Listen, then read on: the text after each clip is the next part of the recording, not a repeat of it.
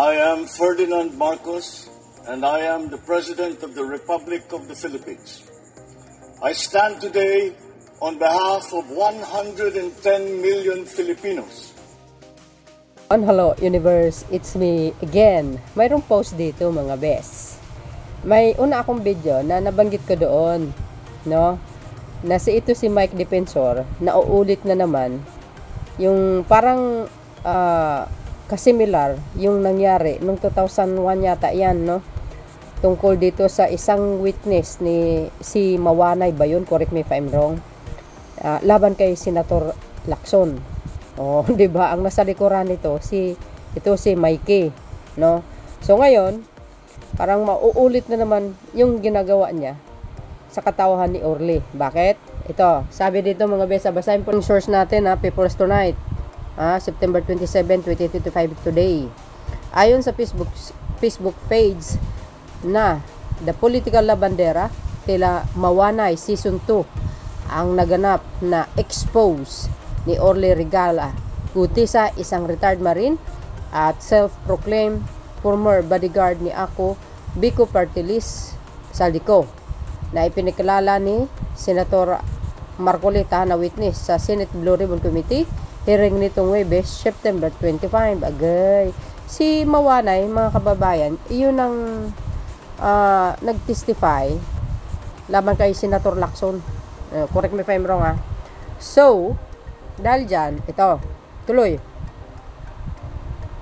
Bagaman juicy umano ang affidavit ni Gutisa kung saan idiniin niya sina Nico, si Speaker Martin Romualdez at Benguet Eric Yap, madali umano itong mawasak sa pamamagitan ng simpleng papak check. Oh, yan. Dahil sa papak check na yan, mayroong ginawa ngayon na hakbang si Senator Lacson. Mamaya basahin ko Unahin natin ito. Sinabi ng vlogger na si Gutisa ay hindi umano naging bahagi ng security details ni Ko. Oh, dito pa lang palyado na si Cubeta, mga bes. At isa itong political drifter kung saan nagtatrabaho ito sa iba't ibang opisyal ng pamahalaan. Kaya mayroon tayong pinost or sinama sa ating content na ito ay nagiging security ni Bantag, Paildon, Martin Andanar, Sara Duterte. Diba? Lagay ko sa screen ko na lang. Ayon pa sa naturang FB page, under renovation ang McKinley House ni Romualdez mula noong Enero 2024, kaya imposible umanong makapagpuslit ng 35 suitcases ng basura o pera through scaffolding ang cement mixers. What? Akala kasi nila, no, na hindi pwedeng, akala nila estatwa si Speaker Martin na hindi gagawa ng hakbang para rumisbak. Siyempre, sabi niya, 'di ba, I will fight back with evidence. Naka po! Delikado kayo. Matirang matibay ito, guys, Titingnan natin kung hanggang saan kaya ni Marcolita. Pero guys, ito lang masabi ko, no. Alam po natin ang Romualdez at saka Marcos, dekada na po sinisiraan yan. Pero matibay sila sa pagdating dyan. Sa kanila, lagi nilang hinahawakan ang katotohanan. Remember, ang paninira sa mother ni Pangulong Marcos Jr., siyempre, Romualdez yan, tita ni Speaker. Talagang matindi, mga bes. Matindi. International nga pero hindi nila kaya. Why? Kasi nga, katotohanan ang kakampi ng mga Marcos at Romualdez. So, I always said, Speaker Martin, ex-Speaker Martin, hindi niya po kayang gawin yan, mga kababayan. Kasi, mayroon na po na silang pinagdaanan sa mga ganyan. So, I think, itong mga nagdidiin sa kanya, yan po ay gagawin nila para masira si Speaker Martin. Di ba? Ganun lang kasimple.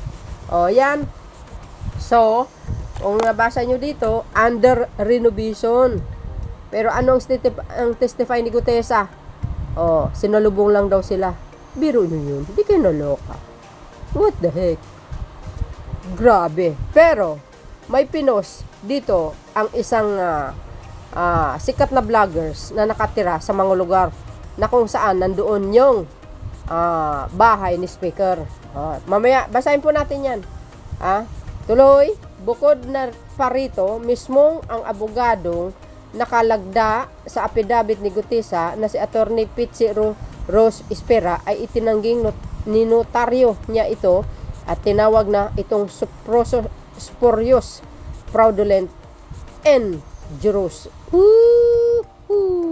Grabe ng kanliling lang, matindi. Sinisiraan nyo yung pagkatao ni Attorney Espera. Inaalagaan niya yan. Siyempre, mga kababayan, diyan minsan ang mga abogado natatanggal sa pagka-abogado. Yung nagsisinungaling ka, di ba? Mga madisbarma sila eh. Alagay ko to si Cubeta doon pupunta, mga bes. Sa totoo lang, sa nakikita ko yung hearing sa Senado, sinasabutahin nila eh. Oo, alam nyo ba, nasisira ang kredibilidad ng Senate, yung imahe ng Senate dahil sa kanila. Mula nung umupo yan, mula nandyan yung mga DDS block, nagkanda malas-malas ang ang Senate eh. Kaya nagiging hindi maganda ang nakikita para sa mga sa mga ibang senador dyan, unless kung mawala lahat ng Duterte block, kampante ang mamayang Pilipino. Di ba? Dinagdag na pa ng vlogger na kapareho umano ito nang nangyayari noong 2001. Yan ang sinasabi ko eh. Pakinggan nyo to. Kung saan lumitaw ang isang Ador Mawanay o si Antonio Marquez na nagsasabing ibubunyag niya ang foreign bank account ni Senate Pro Tempore Panfilo Ping Lacson na kalaunan ay umatras at binawi ang kanyang testimonya. Yan na nga ang sinasabi ko. At ang nasa likuran niyan ay walang iba kundi si Mikey, mga bes. Yan. Tama nga yung sinasabi. Di ba nasabi ko yun sa isang video ko. Kaya ayaw niya tumawag kay Senator Lacson, si Mike Defensor. Dahil dito, mga bes, palyado po, peke, yung witness na yan, nung 2001.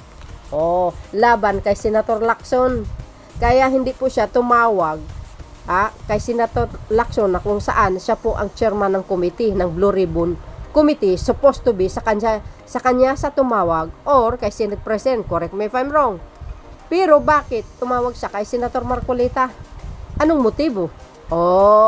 Kasi nga si Gutesa kinoaching na yan, kumbaga ika nga tinuruan na kung anong gagawin.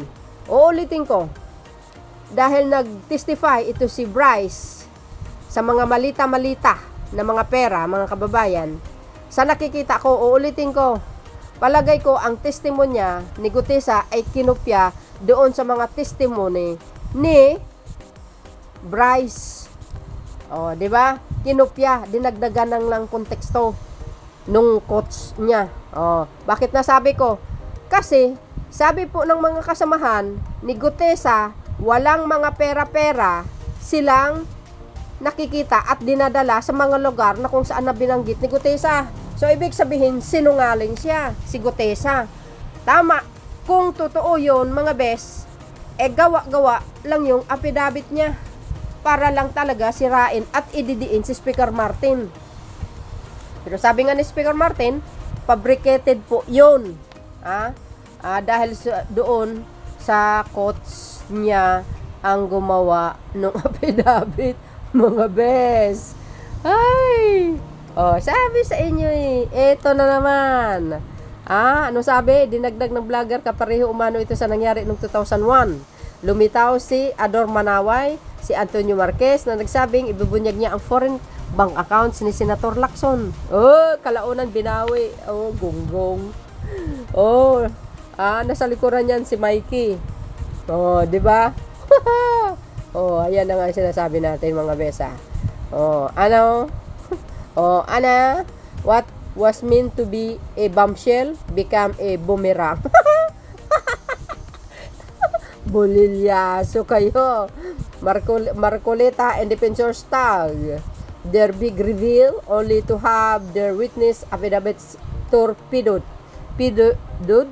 Ayan, within hours by the supposed lawyer herself. Attorney Espera, what was meant to be a bombshell become a boomerang, smacking its handler right in the face. Saan ng Facebook page na the political labandera. What the heck? Ano nangyari sa mundo? Ba't ganyan kayo, ha? Gawa-gawa kayo? Ng mga istoryahay? Sisirain nyo yung isang tao? Di ba nyo alam na nakikita kayo ng Diyos? May di mo nyo talaga ang datingan ninyo, no? Ito po yung sinabi ni Senator Lacson. Yan, sabi ni Senator Lacson,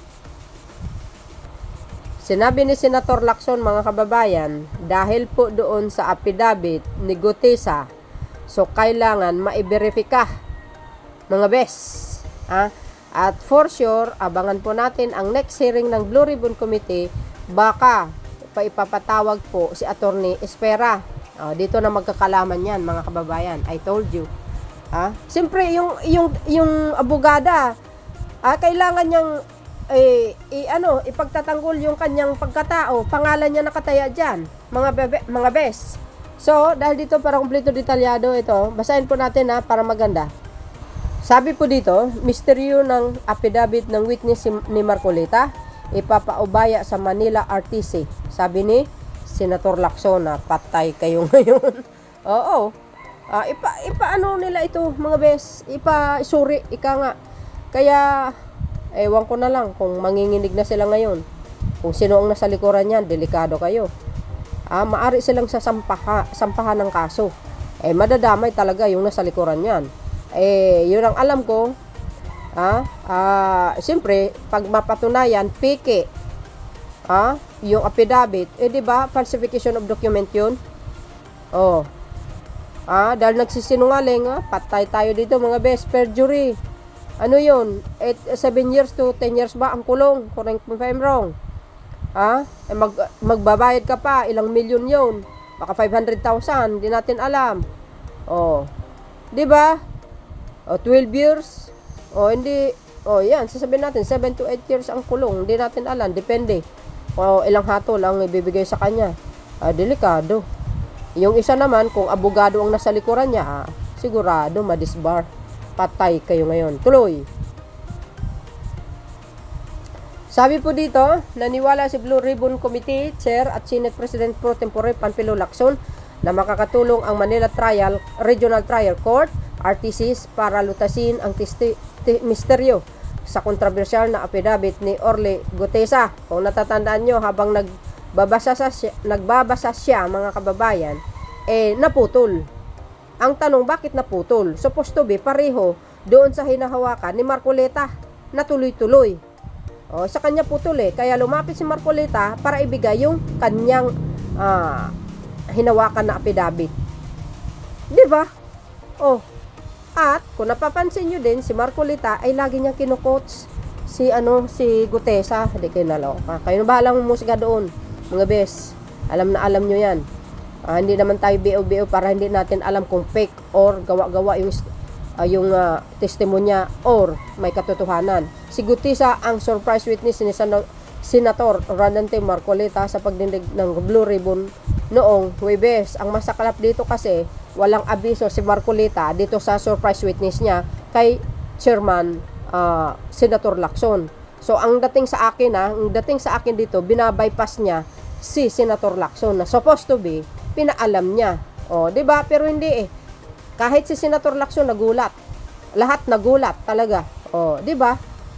Parang nanabutahi Ang dating sa akin parang kawalang respeto doon sa chairman. Hindi maganda yung inaasal ni Marcoleta din. Sorry to say, pero tao ako, nakikita ko, nararamdaman ko.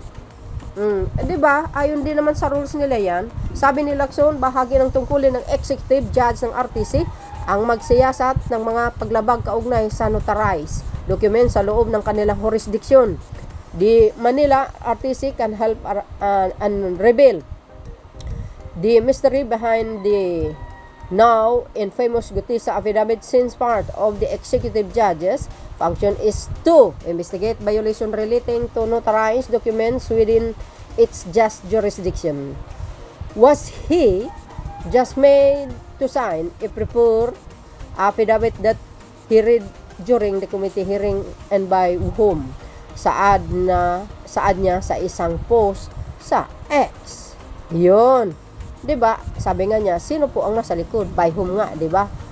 Oh. Grabe talaga 'to, mga bes. Antindi talaga 'tong mga tao na ito. Kaloka. Oh. Magugunitang itinanggi ng abogadong si Pichi Ros Espera na siya ang nagnotaryo, lumagda o tumulong sa paghahanda ng sinumpaang salaysay ni Gutierrez, kaya ito ay falsifikado at walang authorization. Nabasa natin yung kanyang statement tungkol diyan, si Attorney Espera, mga kababayan. 'Di ba? Alam nyo, pag nuknukan ka talaga ng sinungaling at sanay na sanay ka gumawa, ang iba kasi wala na silang pakialam kung ano ang ibig sabihin ng under oath. 'Di ba? Parang hindi sila sumusunod kung ano ang rules and regulations sa batas. Hindi na sila kumbaga wala na sila pakialam doon. Bakit kanyo? Para lang makapanira ng kapwa, para lang makuha ang simpatya ng mamayang Pilipino na yung sinabi ni Gutierrez ay totoo. 'Di ba? Pero mga kababayan, remember, ang mga Pilipino matalino. Alam nila kung ito fake o hindi. Hindi isa porque pro-government, hindi. Kahit sino sa inyo eh.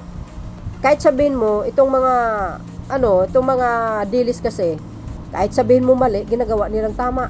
Ang tama, ginagawa lang mali. 'Di ba? Ganun tulad ng ginawa ni Sara. Walang nagawa daw si Pangulong Marcos Jr. Anong sabi ng papa niya? Weak leader. You see, ina-underestimate nila ang Pangulo eh. Pero hindi nila alam ang totoong weak leader. 'Di ba? Nakulong ang papa niya because of the weak. 'Di ba?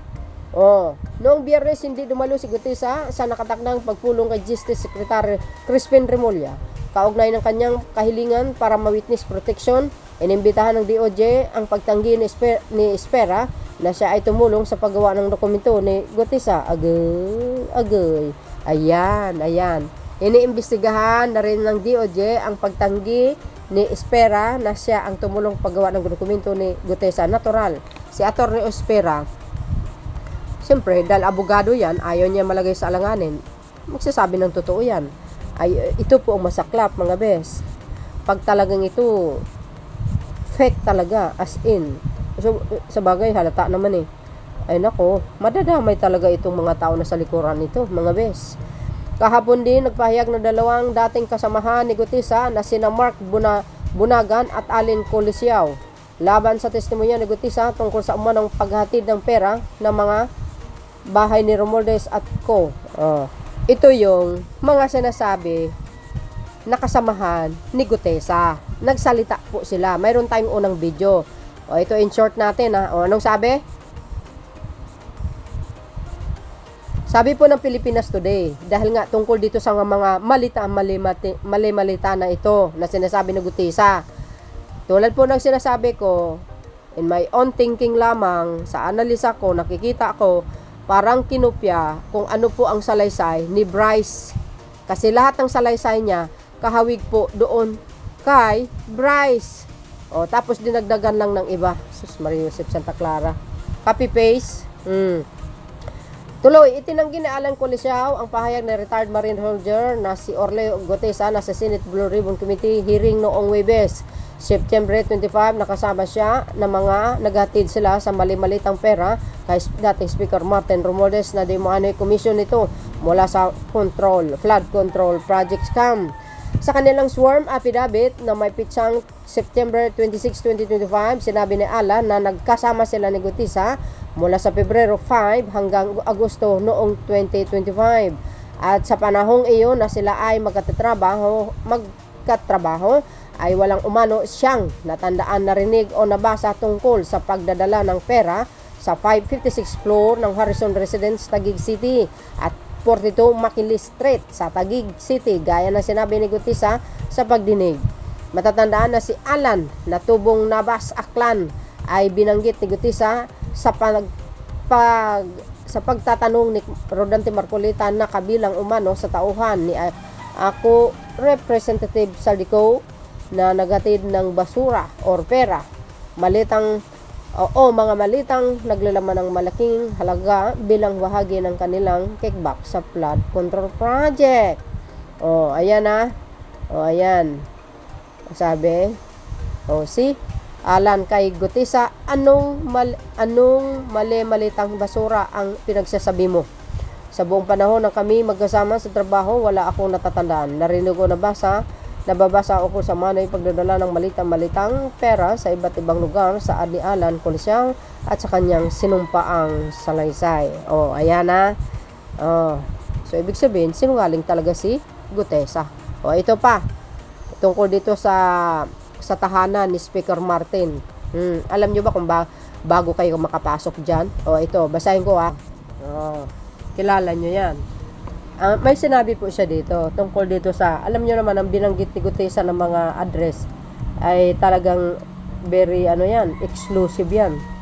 Parang ang dating sa akin luxury ang mga taong nakatira dyan at hindi ka basta-basta makapasok. Forbes Park, Executive Village, lahat ng sasakyan ng homeowners naka-registered sa 4 main entrance gates. McKinley Road, sabi niya ganun. University Avenue, Forbes Drive, Buendia Avenue, at kung papasok ka dito at di naka-registered ang sasakyan na dala mo sa mga main gates na yan, matik, kailangan mong itabi ang sasakyan mo para ma-check ang loob ng sasakyan at bago ka makapasok dyan. Tatawagan ang homeowners na pupuntahan mo. At kung di nila makontak ang homeowners, di ka nila papasukin. Taxi, di makakapasok dito unless may go signal ng homeowners. Ngayon, paano makapasok ang 3 vans na naglalaman ng pera kung hindi ito registered as homeowners vehicle at kung yun occupied na ang bahay, di na sila doon nakatira. Paano na-receive ang mga maleta, ang mga maleta, napakahigpit ng bilis na ito para magdala ng pera sakay ng 3 van in 1 run. Imposible. So, totoo ito dahil dyan siya nakatira. Nagsinungaling talaga si Gutesa. So kailangan talaga naka-registered. Diba? Yung sasakyan na sinasabi nga nagdala siya ng pera. Natural, ang mga guard inspeksyonin yan, titingnan anong laman ng bag. Diba? Paano nangyari? Paano ka nakapasok? Dahil sinungaling yung affidavit. Ibig sabihin, gawa-gawa, istoryahe. Diba mga bes? Mahuhuli ka talaga. Hindi naman pwede yan. Hindi naman sila pwedeng bayaran yung mga guard kasi wala silang pambayad for sure. Nakamaleta siyempre nakasealed yun. Yan ang sinabi ni Jam Magno. Oh my goodness. Diba? Ay, ewan ko sa inyo. Grabe, kasi nungaling tong mga to. Matindi mga bes. Ano po ang kapalagayan nyo? Kaya abangan po natin ang mga susunod na mga resort itong issue na ito. Managot ang dapat managot. Delikado talaga sila mga kababayan. Yun. Ayun at parte ay kumbaga humingi ng tulong si Senator Lacson sa Manila RTC para suriin itong mga affidavit na ito. Naku po. So yun mga kababayan, kayo na pong balang humusga at magkomento. Basta wag lang kalimutan ang mag-likes, mag-subscribe. See you again on my next upload. Bye bye bye and babush. God bless Philippines.